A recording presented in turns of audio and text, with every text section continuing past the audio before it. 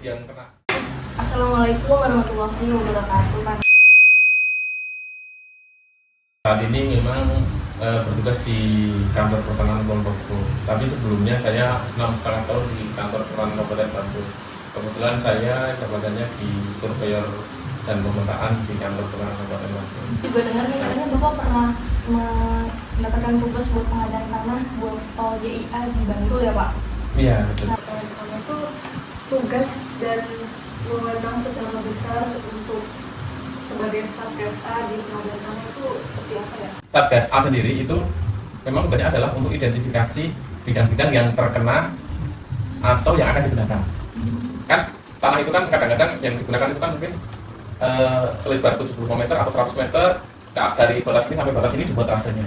Trase itu titik-titik batas yang nanti ditarik garis lurus dan nanti akan membentuk bidang pengadaan tanahnya. Nah ini biasanya memotong tanah masyarakat.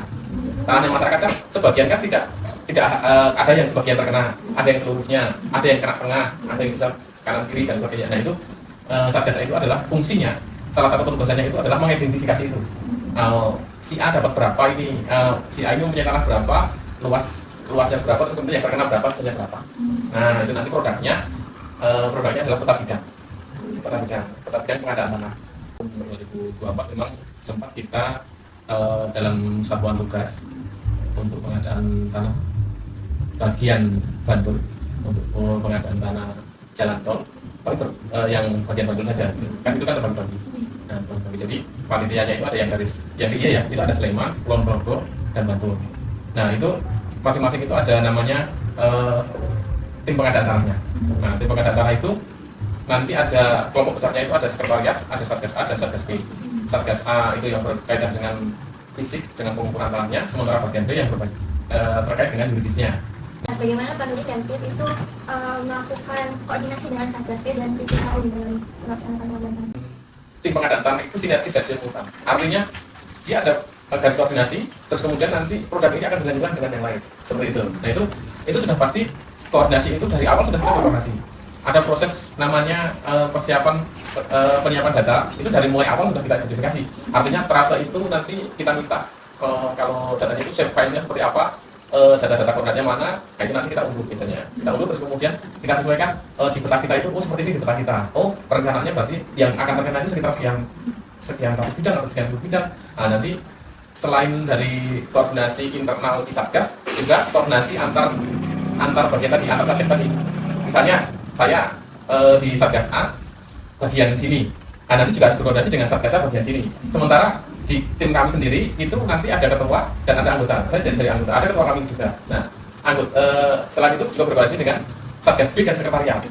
Surat tugas dan sebagainya itu kan sekretariat yang siapkan. Sementara untuk Satgas B nanti biasanya berkoordinasinya, perencanaannya kita di sini. Nah, Satgas B biasanya nanti mengikuti. Kalau begitu setelah nanti Satgas A atau berbarengan, kami akan turun bersama. Nanti biasanya kerjasama seperti itu.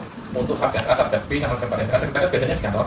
Untuk Satgas A, Satgas B biasanya ke lapang bareng atau setelah Satgas A turun baru Satgas B seperti itu. Itu tergantung koordinasi. Selain itu juga berkoordinasi dengan desa dan beberapa tim kami itu sebagian tim kami adalah dukung yang mengetahui posisi lokasi tersebut. Kemudian memang kita libatkan di dalam tim itu, di SK-nya itu ada nama dukung biasanya atau orang yang mengetahui di situ atau kelompok masyarakat yang tahu di situ. Nah, itu biasanya kita SK-kan juga. Dari kantor dibuat SK-nya, ini ditunjuk sebagai istilahnya kadang-kadang menjadi perantaraan antara warga dengan kita supaya koordinasi itu berjalan. Jadi selama melaksanakan proyek ini kira-kira ada nggak ya kendala-kendala gitu? Banyak. Apa saja? Ya, kendalanya banyak. Pertama, kendala yang paling membuat kita repot itu adalah patok tanah masyarakat itu tidak terpasang sempurna. Jadi, misalnya dia tanahnya 5 sisi gitu. 5 sisi patoknya kan berarti kan 5 nih. Tapi ternyata satu itu nggak ada. Nah, sehingga kita harus mencari yang satu itu ada di mana. Terus kemudian kalau itu ketemu, terus kemudian tetangganya itu juga harus memastikan bahwa itu harus ada di patok yang di posisi itu tidak dikomplain oleh tetangganya dan sebagainya. Itu kalau patoknya satu yang nggak ada mungkin masih mudah. Tapi kalau di sawah terus kemudian patoknya banyak yang nggak ada, terus kemudian kita mau mengukur di sudut mana ini ya, itu kesulitannya sangat kesulitan itu. Itu pertama. Terus kedua adalah tidak adanya pemilik tanah atau pemilik tanahnya itu tidak teridentifikasi, orangnya tidak ada, terus kemudian tanahnya itu milik siapa saja nggak tahu.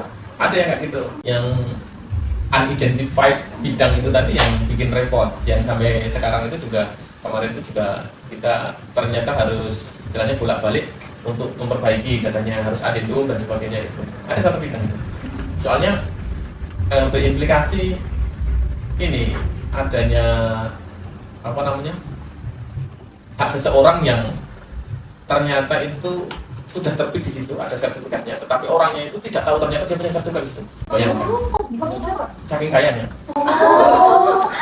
saking kayanya. Jadi itu masih sudah teratur. Iya, jadi Bapak Presiden kita. Terus kan yang lainnya itu adalah ketika tidak ada batas tadi, terus kemudian antar tetangga itu istilahnya ada dispute, ada semacam tanah. Ini nggak di sini loh batasnya, di sini loh. Nah, ini ada di sini. Dispute itu sangat menyusahkan tugas. Yang kita ukur itu kan di daerah Sedayu, jadi lokasinya relatif data enak itu. Dan kesulitan yang kedua adalah yang berbatasan dengan tanah-tanah yang berbatasan dengan KAI waktu itu.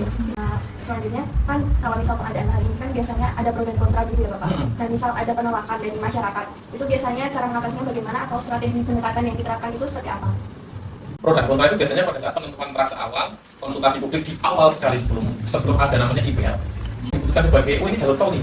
Nah ini kemudian ada kajian, terus kemudian ada konsultasi publik, baru kemudian diputuskan, oke, ini layak untuk jadi. Nah, ketika sudah bilang layak, itu kan berarti sudah melalui konsultasi publik. Pro dan kontra itu ada di situ.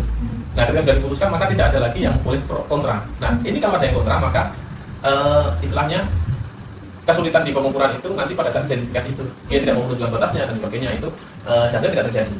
Tetapi biasanya kita sadarkan bahwa walaupun jenengan menolak, tanah jenengan akan tetap kena gusur. Itu akan tetap kena gusur karena mekanisme pengadaan tanah yang melalui tahapan, kan tadi ada dua nih, tahapan sama non tahapan. Yang pakai tahapan itu sudah rejim, sudah istilahnya sudah sistemnya sudah dogmatis ya, artinya memaksa itu. Setuju nggak setuju tetap kena.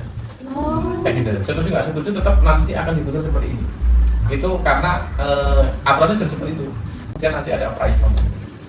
Terus kalian nanti appraisal. Posisi appraisal itu nanti ada di akhir. Setelah identifikasi Satgas A selesai, Satgas B selesai, diumumkan oleh sekretariat, tidak ada komplain, nah baru appraisal itu turun dengan data-data yang kami berikan. Kami itu ada namanya peta bidang, nanti dari Satgas B ada namanya nominatif, terus kemudian dari sekretariat ada namanya daftar pokok.